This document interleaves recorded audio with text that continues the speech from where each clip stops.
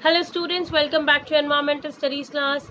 We are starting with chapter number 13, A Shelter So High. This is part first of your chapter. Well, first of all, we'll discuss what shelter is. A shelter is a basic architectural structure or a building that provides protection from the local environment. The house you live in is basically your shelter. Having a place of shelter, of safety, and of retreat, that is a home, is commonly considered a fundamental psychological human need, the foundation of any person. Well, when you are in your house, you feel safe, and it keeps you it protects you from the local environment, heat, rain, winter, cold, everything. So shelter means having a roof above your head in order to save yourselves from the local environment and extreme weather conditions, which is a basic necessity for every human being. Well, different types of houses we see is pakka house, then we have a kacha house, or we call it as a hut. Then we see a tent, which is a temporary house. Caravan is also a temporary house. People who don't live at one place, roam from one place to another, use this. Tent also is used by those only, the nomads, which move from one place to another. Then there is a houseboat, and there is igloo found in the areas with ice, with glaciers. So these are the different types of houses we have seen. You all must have seen one or the other types of houses. There are also many other types of houses we are going to discuss into this chapter. Basically, we will be discussing the chapters on higher altitudes, that means on the mountains. So this is a journey started by Gaurav Jani, and the loner is the bike name of the bike of Gaurav's. He is calling his bike as his partner motorcycle, but loner is never lonely. So they both are together all the time. He and his motorcycle were waiting for a chance to get away from the busy, crowded, and noisy city of Mumbai. So they like to travel to different parts of this wonderful country. So he is going to tell you about an amazing journey on the highest roads in India. Highest means on the higher altitudes of roads. So getting ready for this journey was not as easy as it looks. This journey took about 2 months for Gaurav to complete. He had to carry everything on his motorcycle. He had to plan and collect all the things he needed. He packed small tent, a sleeping bag. As we discussed in the mountaineering chapter, a sleeping bag is very important while you are sleeping in a wild. Plastic sheet, warm clothes, and food that would remain fresh for some days. He also took camera and extra cans of petrol because he might not find a petrol pump on every interval. Every few kilometers he's not going to find it, so that's why he took a petrol cans.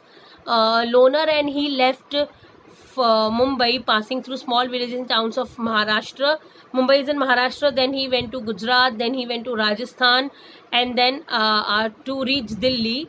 They reached Delhi at last, and these are the states they traveled into, as you can see in the picture.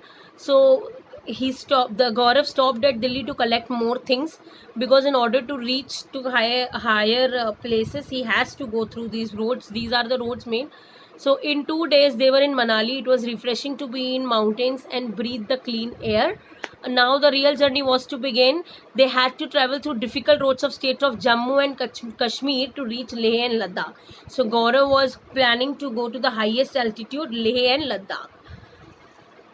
Now loner and they were covering a long distances, so they cannot ride through the night also, because Gaurav needs lots of rest also in order to work for next day. So all he needed was food and a tent to protect himself from cold night air.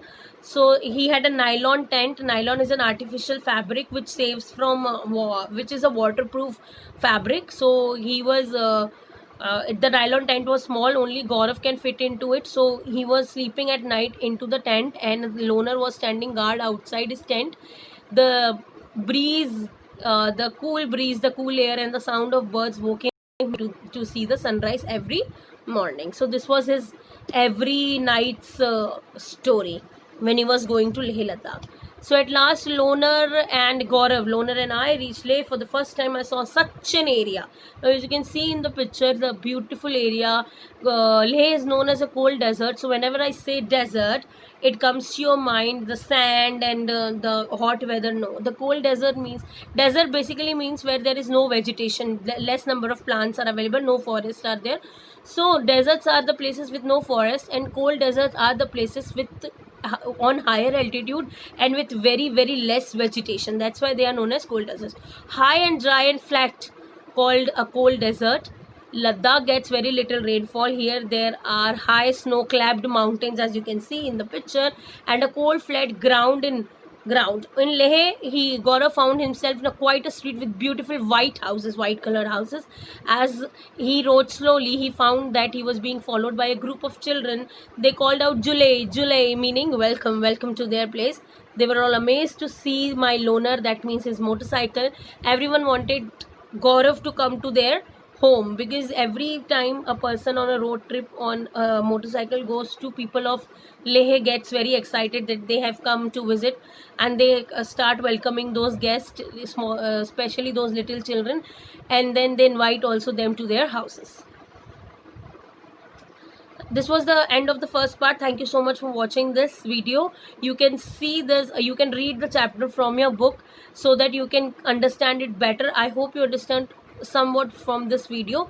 I'll see you with part number 2. Till then, take care and be safe. Thank you.